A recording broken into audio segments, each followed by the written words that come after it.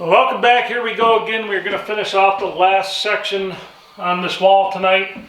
At least try to get it framed out. I'd like to get the boards on. And then I can start planning out moving the radial arm saw over to this wall. I'd like to build a full-length bench. That was a poor idea, sticking it under on the eave side over there. It just kind of, it's very confined feeling with the queen post right there. But pretty much most of the work takes place in the center section of this workshop. Of course, I haven't done anything up here all summer. When you guys get to see me cleaning it up and reorganizing, you can see that's absolutely true. Like I said before, the building and the shops, when it's farm season, everything gets stuffed in here to the point where I have trails. You know, it's funny, we spend all winter cleaning it up, and we spend all spring and summer making it a mess, and then we spend all winter cleaning up again. What a vicious cycle. But I don't know any other way, so that's just the way she goes. But I'm kind of excited to have another wall in here. That's really the only big issue with having a wood shop the way that I built this one with a gambrel roof. You lose most of your wall space when you do that. I mean, there's hardly anything. On the other end, we have the wood stove and the stairwell. I have just enough room for my lathe bench over there, and that's about it. But over here, we get a full 28-foot wide wall minus the 3-foot wide door on that end. So this will be nice for a few things. Wall space is nice to be able to hang tools on, things like that. Keeps your horizontal spaces a little bit clutter-free. You guys know how good I am at that, and that's not very good. Even the top plates have shit sitting on them all up and down the building, but that's going to change as we finish insulating and start getting wood on the actual ceiling.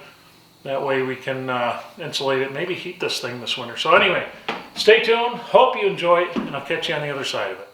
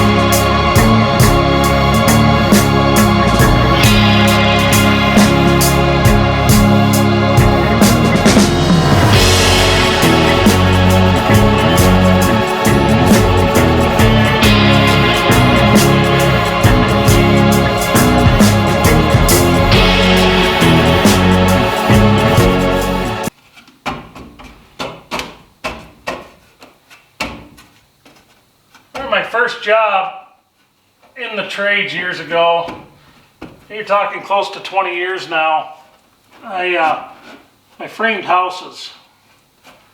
And you know, I was young, friggin' dumb, and I had a bit of a drinking problem. And I was always showing up to work hungover, just a useless pile of shit. And I remember one time we used to do fire blocking. You know, I was on a framing crew. It was a 3-man crew. And of course, I was the low guy in the totem pole, so you know, you get all the shit jobs and you're at that point. And I remember I used to do the fire blocking in the walls when we'd build them. And we'd have to put them every so many feet. So it was my job to sit there with the chop saw, measure them all out, cut them all out, and then put them in. And it was my first experience with nail guns. And I was looking at this knot mark here, and it just reminded me of it. I was holding a piece of fire blocking like that and nailing in, toe-nailing with a nail gun, 3-inch nails, 16 penny spikes. And remember I was holding it like that, and somehow that friggin' nail glanced off that knot right through a knuckle. That was my first experience with stupidity and hungover, and thank God I don't live like that anymore. But every time I do blocking, I think of that. You know, I think of those years and how much things have changed since then. And it's just kind of funny. You know, it's real funny. At the time, it wasn't funny, but it's funny the things that stick in your mind that you just never forget. And that was one of them. You know, it was just one of those deals.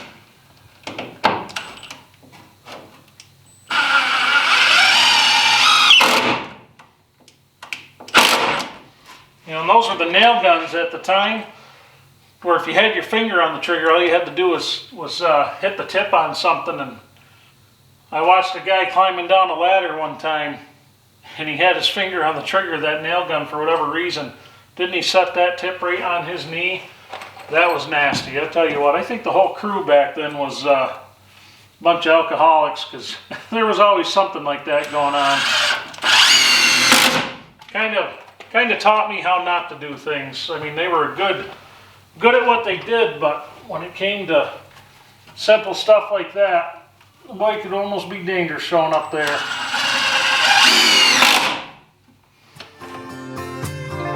Hey, he's got me looking quite beige, got me deep in the haze. There's no more compassion, no. Raise me, I need something fast, I need something to last and give satisfaction, no. Help me, grab his right arm, help me, I'll take the left, oh help me, interrogate him.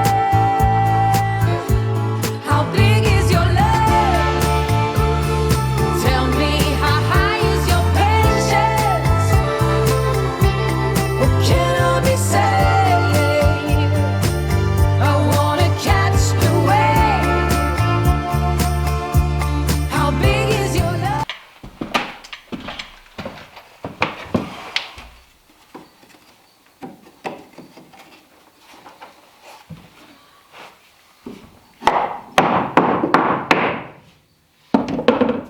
Used to be a little piece like that, I'd leave it out for 6 months.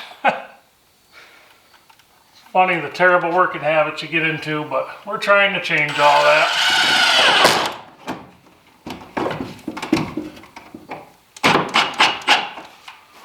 There, close enough for government work. Oh, we finally have a wall. How about that? You guys have been watching the channel for a while. 2 winters with that sheet plastic up there. I still have 1 filler piece to put in. You know the sad part? I put this nice window in so I would have a good view from my workshop.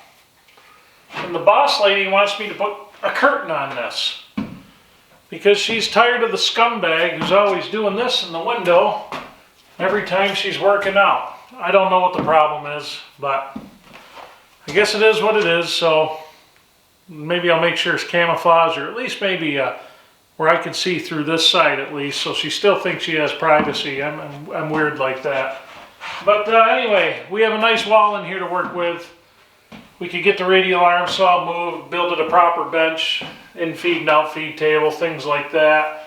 And I have a wall I can finally hang up a lot of my hand tools. I just threw some up there quick just to kind of get it out of the way. And it looks like a lot more to clean up in here than there really is, but we're going to be revamping the setup a little bit. You guys remember how I said I put this stuff in temporarily, give it a little time, see how it's going to work for me, and if it doesn't work for me, figure something else out. And we're kind of going to do that. I don't like having the table saw feeding this way. I had it turned around before, and I think I like that better. It made me feel like I had a little more room.